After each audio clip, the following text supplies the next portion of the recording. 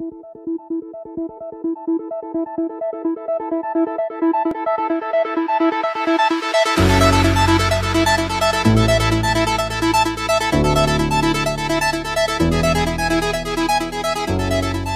Matius pasal 6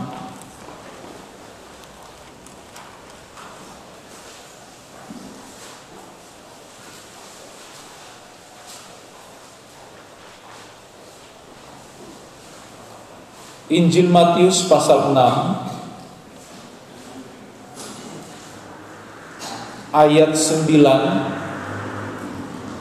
sampai dengan ayatnya yang ke-13.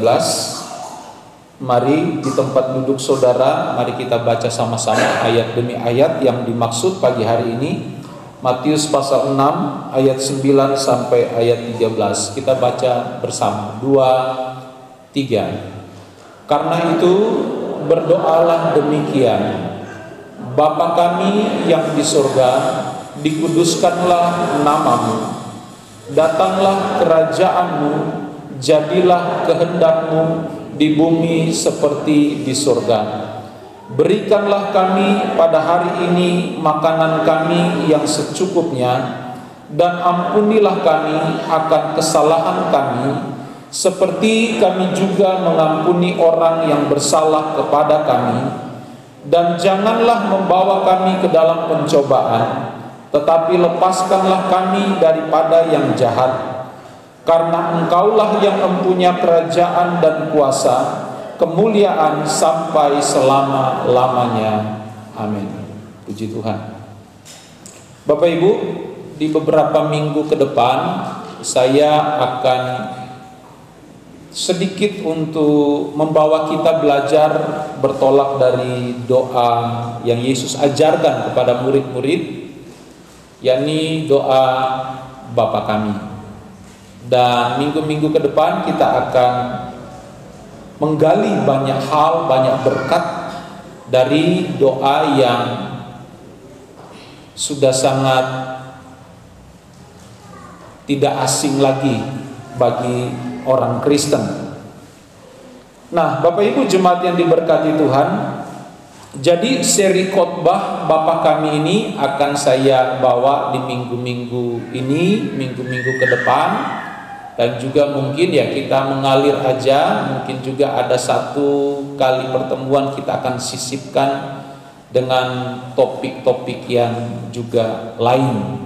Tetapi saya akan coba untuk membawa kita untuk memahami lebih dalam tentang doa yang diajarkan Yesus kepada murid-murid ketika itu. Nah, Bapak Ibu jemaat yang diberkati Tuhan, kalau saudara perhatikan kembali doa Bapa kami dalam Injil Matius pasal 6 ayatnya yang ke-9 sampai ayat 13, saya boleh pastikan bahwa yang saya tahu tidak ada agama lain atau kepercayaan lain yang menyebut sesembahan mereka itu Bapa. Hanya orang Kristen. Boleh katakan amin? Ya, saya nggak tahu kalau saudara memiliki pengetahuan yang lain. Mungkin ada agama atau kepercayaan lain yang menyebut sesembahan mereka itu sebagai Bapa selain kita orang Kristen. Saya boleh pastikan bahwa hampir-hampir tidak ada selain Kristen.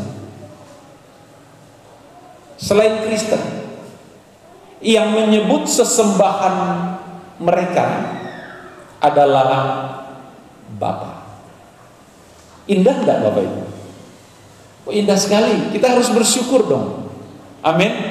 Bahwa Yesus mengajarkan sesuatu yang luar biasa bagi gereja Tuhan. Nah, Bapak Ibu, di dalam doa Bapa kami ini tadi saya katakan bahwa di minggu-minggu ke depan kita akan menggali atau belajar, sebab ketika saya coba untuk merenungkan dan mempelajari doa Bapa kami ini, ternyata ada begitu besar berkat Tuhan, maksud Tuhan atas gereja Tuhan, atas saudara dan saya yang hidup di hari-hari ini. Nah, sayangnya ada banyak orang Kristen yang menjadikan doa ini hanya sebatas hafalan, dihafal gitu aja.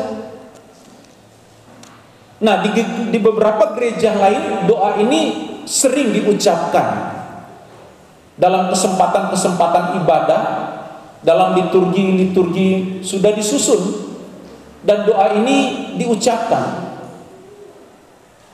Nah, kalau kita di GPDI hampir-hampir nggak pernah, sehingga saya takut, saya khawatir orang GPDI lupa dengan doa Bapa Kami. Ayo, siapa yang berani berdiri terus doa Bapa Kami di tempat saudara tanpa lihat ayat? Saya khawatir ada yang lupa. Nah, kalau ada yang lupa, mulai sebentar pulang baca lagi nih ayat.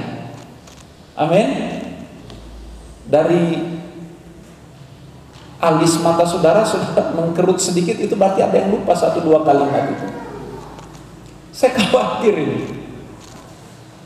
Nah, oke lah Bapak Ibu, saya berharap mulai hari ini, mulai minggu ini dan minggu-minggu ke depan, kita akan menemukan banyak hal di dalam doa Bapa Kami. Dan saya rindu agar doa ini bukan hanya sebatas kita hafal, kita tahu, tanpa kita mengerti makna yang lebih dalam yang Yesus mau untuk kita pahami dan ketahui hari-hari ini. Nah Bapak Ibu, saya mulai pelan-pelan dalam pertemuan yang pertama ini dalam seri khotbah doa Bapa Kami. Dan judul konteks atau judul yang ingin saya tekankan pagi hari ini, saya coba untuk memberi judul konsekuensi hidup anak-anak Allah bertolak dari doa Bapa Kami. Nah, ini dia seru ini. Ada beberapa teman, mungkin mereka lagi ngikutin ini. Mereka juga mau untuk sama-sama untuk mendengar tema atau topik khotbah hari ini. Saya bilang oke, enggak masalah, kita bisa gabung di Facebook, di laman GPDI Hosana Ruteng. Puji Tuhan. Oke, konsekuensi hidup seperti apa? Dalam doa Bapa Kami, dalam konteks doa Bapa Kami ini yang ditekankan Yesus agar gereja Tuhan, jemaat Tuhan memahaminya. Jangan sekedar doa ini jadi doa hafalan. Kalau doa hanya hafal, doa Bapa Kami ini tanpa saudara memahami makna lebih dalam, saya mau katakan, wih, bahaya itu. Bahaya. Saya juga baru menyadari ternyata betapa fatal dan betapa berbahayanya doa ini hanya sebatas hafalan, tanpa kita memaknai, mengerti apa sih maunya Tuhan dalam Tuhan mengajarkan doa ini kepada murid-muridnya ketika itu. Nah, ternyata yang pertama yang saya dapat dari doa Bapa Kami ini, ada konsekuensi hidup yang perlu kita jalani kalau kita berkata bahwa sesembahan kita itu adalah Bapa. Nah, seberapa banyak kita hari ini sadar tentang hal ini? Ternyata ketika kita orang Kristen menyebut atau memanggil, menyapa sesembahan kita itu sebagai Bapa, itu bukan hanya sekedar penyebutan dan setelah itu kita lupakan dan kita abaikan. Ternyata ada konsekuensi di dalamnya. Kalau kita berani menyebut sesembahan kita sebagai Bapa, maka saudara perhatikan, ada konsekuensi hidup dalam kehidupan orang Kristen yang menyebut dia sebagai Bapa. Ada hal yang perlu kita perhatikan secara serius.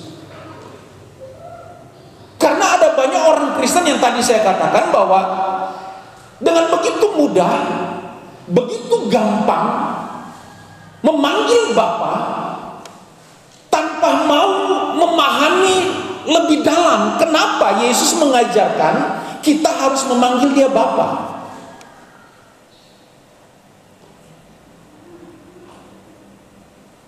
Saudara, mari kita buka dulu ayat 1 Petrus pasal pertama. Nah, kita perhatikan ini. konsekuensi yang harus dijalani oleh orang Kristen, anak Tuhan, yang menyebut dia sebagai Bapa. 1 Petrus pasal pertama ayat 17. 1 Petrus 1 ayat 17. Mari kita baca sama-sama ayat ini.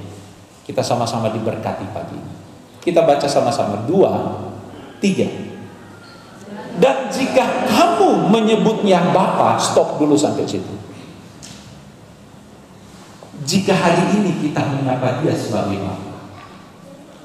Ada di antara kita yang hari ini tidak pernah menyebut dia sebagai Bapa, atau yang tidak mengakui Tuhan kita sebagai Bapa. Coba katakan, supaya ayat ini tidak menjadi bagian dalam hidupmu. Kita semua menyebut dia Bapa. Amin. Nah, kita lanjut. Dan jika kamu menyebut dia Bapa, kita baca lanjut 2, 3, yaitu dia yang tanpa memandang muka menghakimi semua orang menurut perbuatannya, maka, nah ini konsekuensinya. Maka kita lanjut kalimat 2, 3. Hendaklah kamu hidup di dalam ketakutan selama kamu menumpang. Konsekuensinya di sini. Nanti ada satu ayat lagi kita baca seterusnya dalam konteks ini. Inilah konsekuensi hidup orang Kristen yang memanggil dia sebagai Bapa. Makanya enggak main-main sebenarnya Yesus mengajarkan doa Bapa kami kepada murid-murid. Dan diteruskan oleh para rasul sampai kepada kita hari ini. Nah, konsekuensi apa yang perlu kita perhatikan? Ternyata kalau kita menyebut dia sebagai Bapa, Alkitab katakan, maka hendaklah kamu hidup dalam ketakutan. Ketakutan di sini ketakutan yang model apa, Bapak Ibu? Nah, ini juga perlu kita bedah. Ini juga perlu kita pahami secara benar dan baik. Jadi ketakutan di sini bukan berarti kita takut menghadap atau ketemu Tuhan secara fisik atau di dalam doa. Tetapi ketakutan di sini adalah bagaimana kita harus hidup di dalam menyenangkan hatinya dari waktu ke waktu sampai Tuhan panggil kita. Artinya kita harus hidup dalam kegentaran karena Allah yang kita panggil Bapa itu adalah kudus adanya. Enggak seperti di beberapa tempat yang saya tahu, dalam komunikasi hari-hari, misalnya baru ketemu teman lama, baru ketemu, apa kabar? Puji Tuhan. Dengan seenaknya panggil oleh Bapa, Tuhan memberkati. Bahkan ada saya boleh katakan di mana itu? Setelah nyebut nama Tuhan dibarengi dengan kata makian. Waduh, ini repot. Seenaknya mereka menyebut nama Tuhan Bapa di sorga, terus dibarengi, diikuti dengan kata-kata yang tidak pantas. Nah, Bapak Ibu jemaat yang diberkati, saya berharap bahwa ketika kita memahami konteks ini, hal ini, ternyata ada konsekuensi yang harus kita jalani atau yang harus kita pahami dalam kehidupan kekristenan ketika kita menyebut dia sebagai Bapa. Jangan main-main dalam penyebutan itu. Karena Alkitab katakan, maka hendaklah kamu hidup dalam ketakutan. Artinya bahwa di sini ada sikap hormat. Karena dia yang kita panggil Bapa adalah kudus adanya. Karena Alkitab katakan dalam kalimat ini selanjutnya, karena kita ini hanya hidup sementara di dunia ini, enggak selama-lamanya kita ada di dunia ini. Nah, inilah yang perlu kita sadari, inilah yang perlu kita pahami, bahwa ada konsekuensi dalam kekristenan ketika kita berani menyebut dia sebagai Bapa dalam kehidupan kita. Bukan hanya sekedar doa tanpa mengerti, doa yang hanya sebatas doa hafalan, itu enggak beda jauh dengan mantra yang sering disebutkan oleh banyak orang di luar sana. Karena banyak orang Kristen juga menempatkan doa itu selayaknya mantra. tanpa memahami dan mengerti makna dari doa itu sendiri. Hanya sebatas hafal, tahu. Jadi Bapak Ibu, secara tidak langsung bahwa Yesus mau menunjukkan kepada kita semua bahwa kalau kita memanggil Allah kita sebagai Bapa, maka kita harus hidup di dalam takut akan Tuhan secara pantas dan benar adanya. Bukan asal ngomong, bukan asal doa begitu. Saudara perhatikan 1 Petrus tadi, ayat 18. Sebab kamu tahu bahwa kamu telah ditebus dari cara hidupmu yang sia-sia, yang kamu warisi dari nenek moyangmu. Itu bukan dengan barang yang fana, bukan pula dengan perak atau emas, melainkan dengan darah yang mahal, yaitu darah Kristus yang sama seperti darah anak domba, yang tak bercacat dan tak bercela. Artinya apa? Ayat ini menunjukkan bahwa penebusan Kristus di dalam kematiannya atas gereja Tuhan. Dan Kristus mengajarkan kita banyak hal, termasuk doa yang benar, doa yang baik, doa yang mencakup. Ini doa Bapa kami ini mencakup segala aspek hidup kita sebenarnya. Segala aspek hidup kita. Nanti minggu-minggu ke depan kita bahas doa Bapa kami. Nanti di sini kita akan melihat bagaimana ternyata dengan doa yang sering kita ucapkan, doa yang mungkin kita sudah hafal sampai hari ini, ternyata doa yang sederhana ini mencakup segala aspek hidup kita, baik kita ada saat ini sampai ketika kita nanti ada di dalam kekekalan bersama Tuhan. Oh dahsyat, luar biasa makna, berkat, pesan-pesan yang terkandung di dalam doa Bapa kami ini. Ada banyak hal yang luar biasa yang tidak menjadi perhatian penting dari kebanyakan orang Kristen hari-hari ini.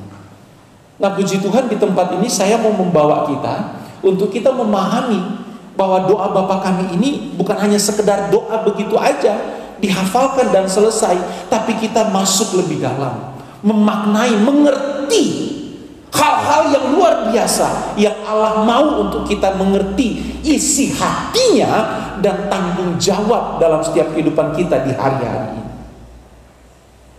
Nah Bapak Ibu, oleh sebab itu kita harus, artinya begini, karena penebusan Yesus di dalam kematiannya dan Yesus mengajarkan doa ini, artinya bahwa secara tidak langsung saya mau katakan bahwa Yesus mau agar supaya bagaimana dia hidup yang menyembah Allah sebagai Bapa, yang memanggil sesembahannya sebagai Bapa, kita juga harus hidup sama seperti Yesus hidup.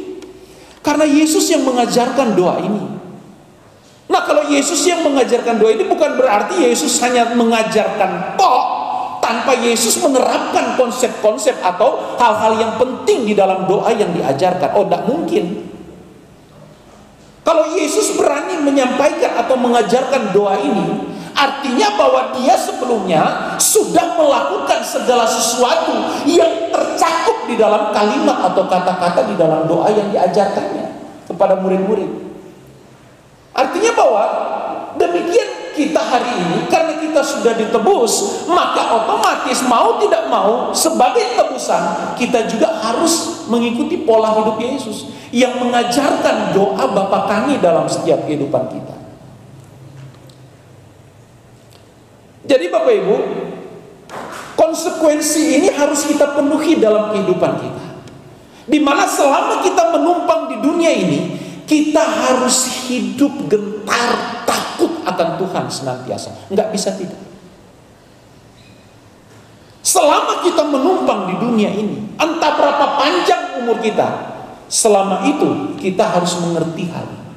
Kalau di dalam doa kita menyebut dia Bapa, Bapa yang baik, Bapa yang kekal, Bapa yang luar biasa, Bapa yang indah, maka kita harus hidup di dalam takut akan Tuhan. Tidak bisa tidak ini. Ini harga mati dalam hidup kita. Inilah konsekuensi yang harus kita tanggung dalam kehidupan kekristenan kita. Konsekuensi sebagai anak-anak tebusan Tuhan. Kita ditebuskan oleh pengorbanan Kristus, matinya Kristus, kita ditebus, anugerah tercurah.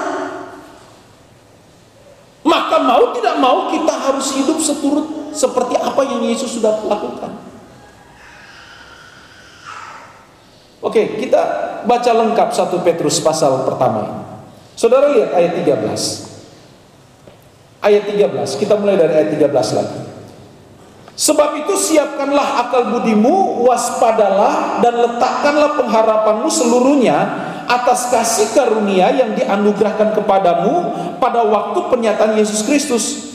Hiduplah sebagai anak-anak yang taat dan jangan turuti hawa nafsu yang menguasai kamu pada waktu kebodohanmu. Di sini ditekankan supaya kita hidup taat. Kalau kita menyebut dia sebagai Bapa, kita memanggil dia sebagai Bapa kita, maka ayat ini menekankan supaya kita hidup taat.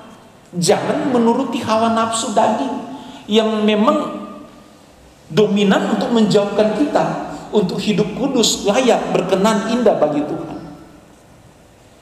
Hiduplah sebagai anak-anak yang taat dan jangan turuti hawa nafsu yang menguasai kamu pada waktu kebodohan. Jadi Petrus berkata keras kepada jemaat Tuhan hari itu, bahwa kalau kamu menyebut dia sebagai Bapa, maka kamu harus hidup taat di hadapannya. Jangan mengikuti hawa nafsu daging kita. Tidak lagi. Berat kan konsekuensinya? Berat ya? Berat ya?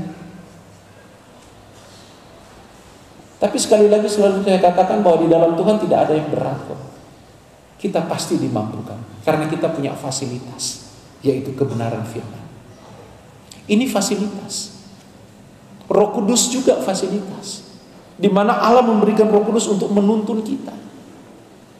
Dan penggarapan Allah dalam setiap kehidupan kita, dalam setiap kejadian, dalam setiap peristiwa kehidupan, di situ Allah menggarap kita. Itu semua tujuannya untuk kita dapat melakukan kehendak Bapa dalam hidup kita. Termasuk ketika kita memanggil dia Bapa, maka kita harus hidup taat. Jangan mengikuti, jangan cenderung memuaskan hawa nafsu kita tanpa kita mengerti apa maunya Tuhan dalam hidup kita. Ayat 15 lanjut dikatakan, tetapi hendaklah kamu menjadi kudus di dalam seluruh hidupmu, sama seperti dia yang kudus yang telah memanggil kamu. Sebab ada tertulis, kuduslah kamu sebab aku kudus. Inilah sekali lagi saya katakan, inilah hal yang perlu kita paham. Inilah konsekuensi yang harus kita jalani kalau kita berkata bahwa dia adalah Bapa kita yang ada di surga. Enggak mudah. Ayat ini jelas, bahkan sangat tegas dari ayat 13, 14, 15, 16. Cukup keras menurut saya.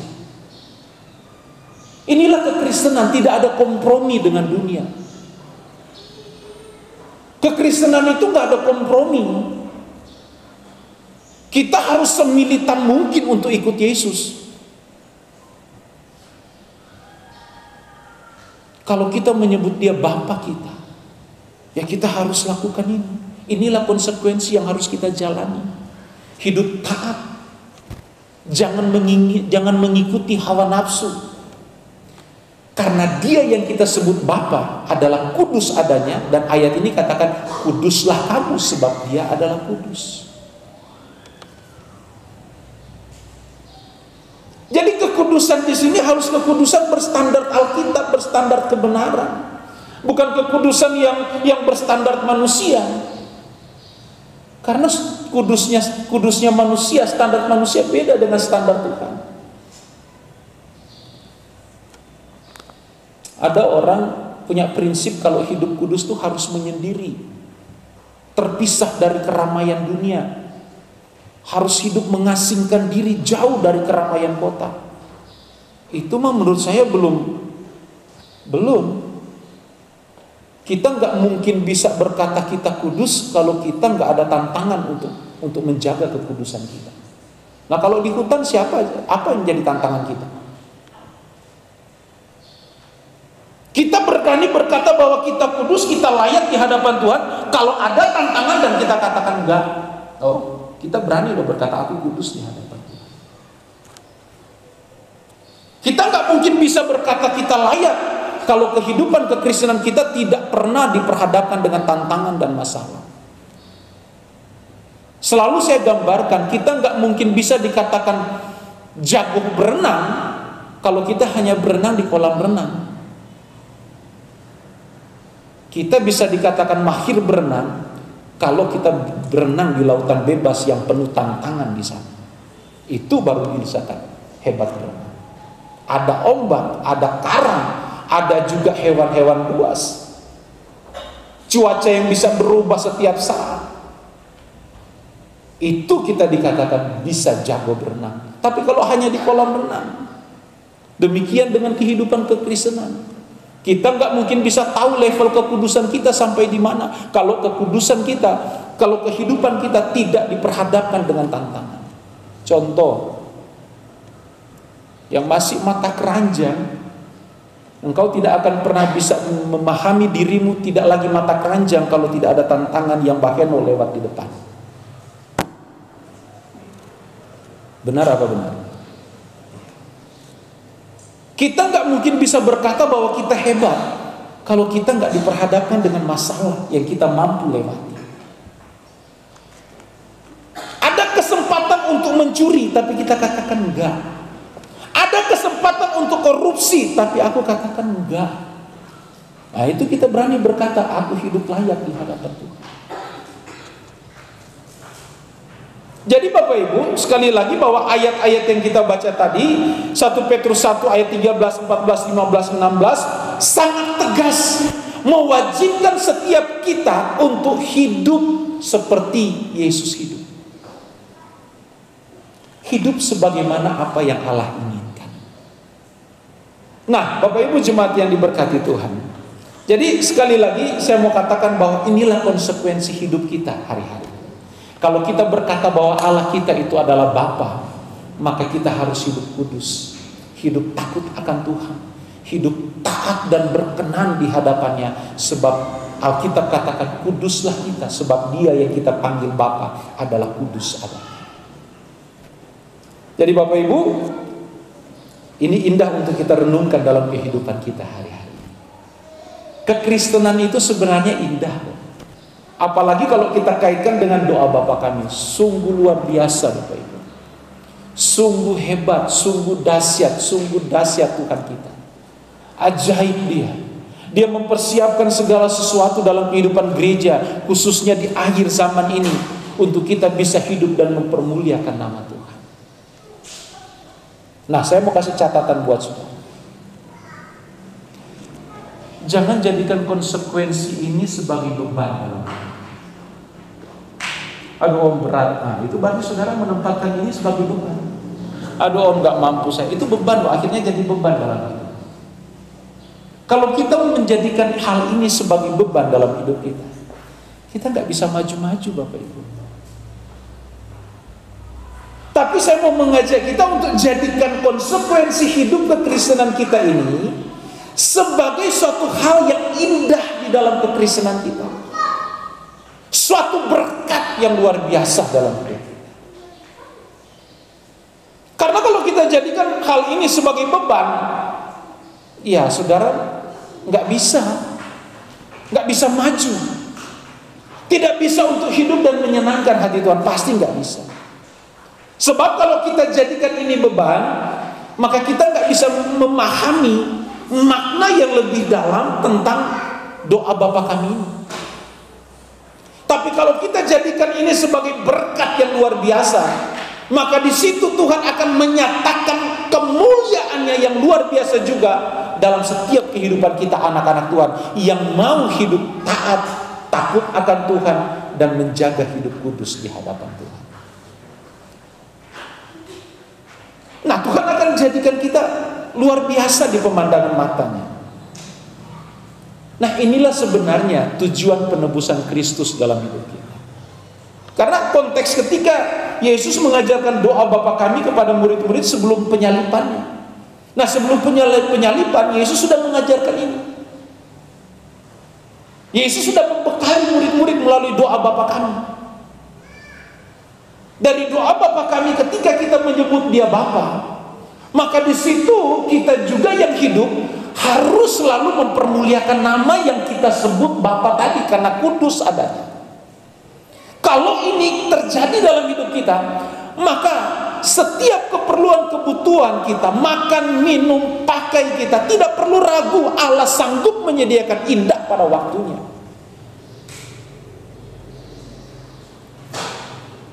Jadi dengan demikian saya mau katakan bahwa sekali lagi secara tidak langsung kalau kita belajar konsep doa Bapa kami ini, ada pesan dalam kehidupan kita untuk supaya kita anak-anak Tuhan itu menjadi ciptaan baru.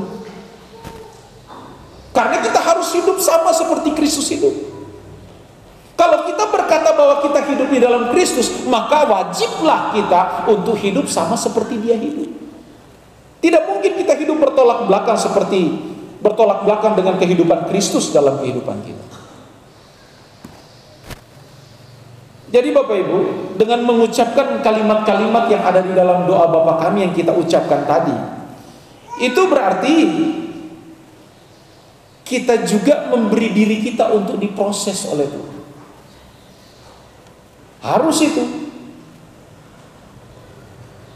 Karena ada banyak orang Kristen di luar sana, bukan di sini, yang berdoa hanya mau supaya doanya itu dijawab. Tapi ketika Tuhan menuntut suatu hal melalui doa itu, kita nggak mau kadang.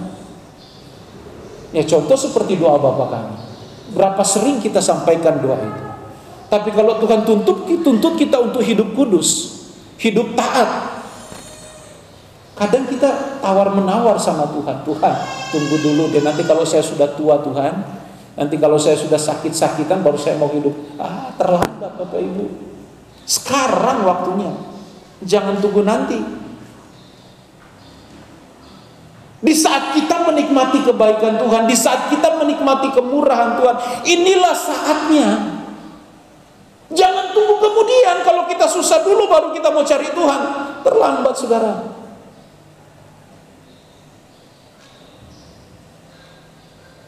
Saatnya itu sekarang.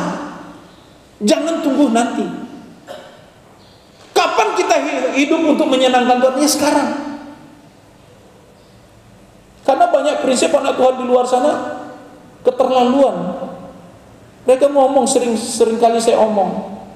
Banyak orang Kristen ngomong, om ini hidup ini kan hanya sekali om, tunggu aja lah om. Nanti kalau sudah mau dekat-dekat Tuhan datang baru saya mau hidup setia di hadapan Tuhan. Astaga. Mestinya kita harus sadar karena hidup ini hanya sekali. Ya sekarang ini jangan sia-siakan waktu. Selama kita sehat, selama kita kuat, selama kita bernafas, selama kita masih diberi kesempatan hari ini, ayo kita hidup menyenangkan hati Tuhan. Kalau kita berkata Dia adalah Bapa kita, ayo hiduplah sebagai anak-anak yang taat, anak-anak yang baik, anak-anak yang manis, anak-anak yang mau menuruti perintah orang tua. Ayo, orang tua mana yang gak sakit kepala kalau anaknya disuruh terus anaknya gak mau? Darah tinggi kita papa mama. Darah tinggi pasti.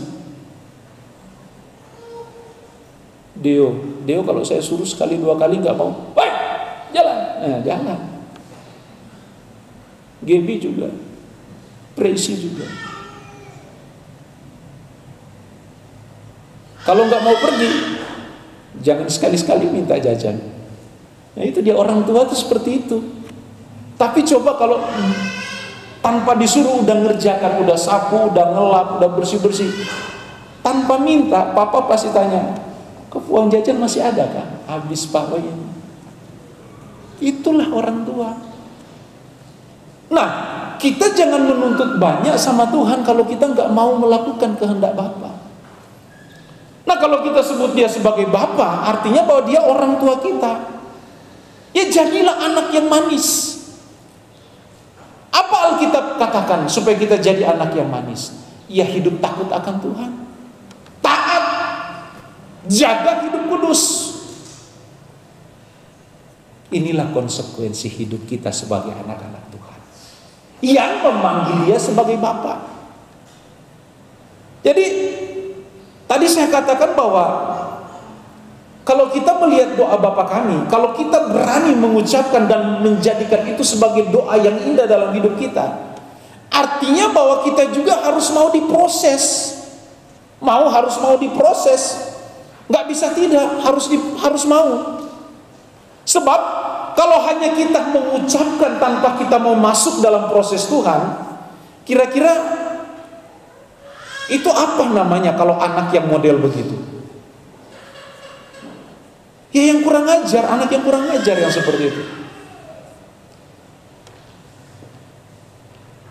Kita hanya mau yang baik dari Tuhan, tapi tidak mau masuk dalam proses Tuhan.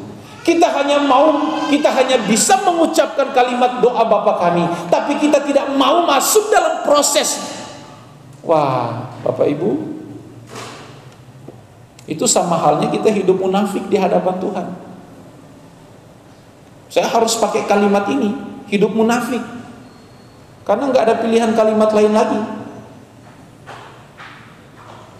Orang Kristen yang hanya mendoakan atau mengucapkan kalimat doa tanpa mau masuk dan menghidupi setiap kalimat doa yang dia naikkan, ya kita hidup munafik di hadapan Tuhan. Mau apa lagi? Dan ini harus dijauhkan dari setiap kehidupan kita. Tuhan tahu kok setiap sikap hati kita. Nggak mungkin Tuhan nggak tahu. Tuhan tahu setiap sikap hati kita ketika kita menaikkan doa itu. Tuhan tahu. Kalau gembala mah nggak tahu, tapi kalau Tuhan pasti tahu. Maka dari itu ketika kita sujud berdoa, sungguh-sungguhlah naikkan setiap perkataan doa sebagai pengakuan kita akan Tuhan. Dan ketika menaikkan kata-kata dalam kalimat doa kita, misalnya dalam doa Bapa kami, ada satu hal yang tadi saya katakan, kita juga harus siap untuk diproses. Nah, kalau kita minta di dalam doa, Bapa, aku butuh ini misalnya, Tuhan aku perlu ini misalnya, kan Alkitab katakan cari maka akan diberi. Kata cari ini kata kerja. Kita hanya doa tanpa bekerja, gak mungkin Tuhan berkati. Amin. Saudara doa bagus, tapi tanpa dibarengi dengan tindakan, gak mungkin juga satu karung uang itu langsung blok jatuh di hadapan kita. Ini bukan dunia 1001 malam. Kayak kita minta sama apa itu? Film apa itu? Bukan, kekristenan itu harus ada tindakan di dalamnya.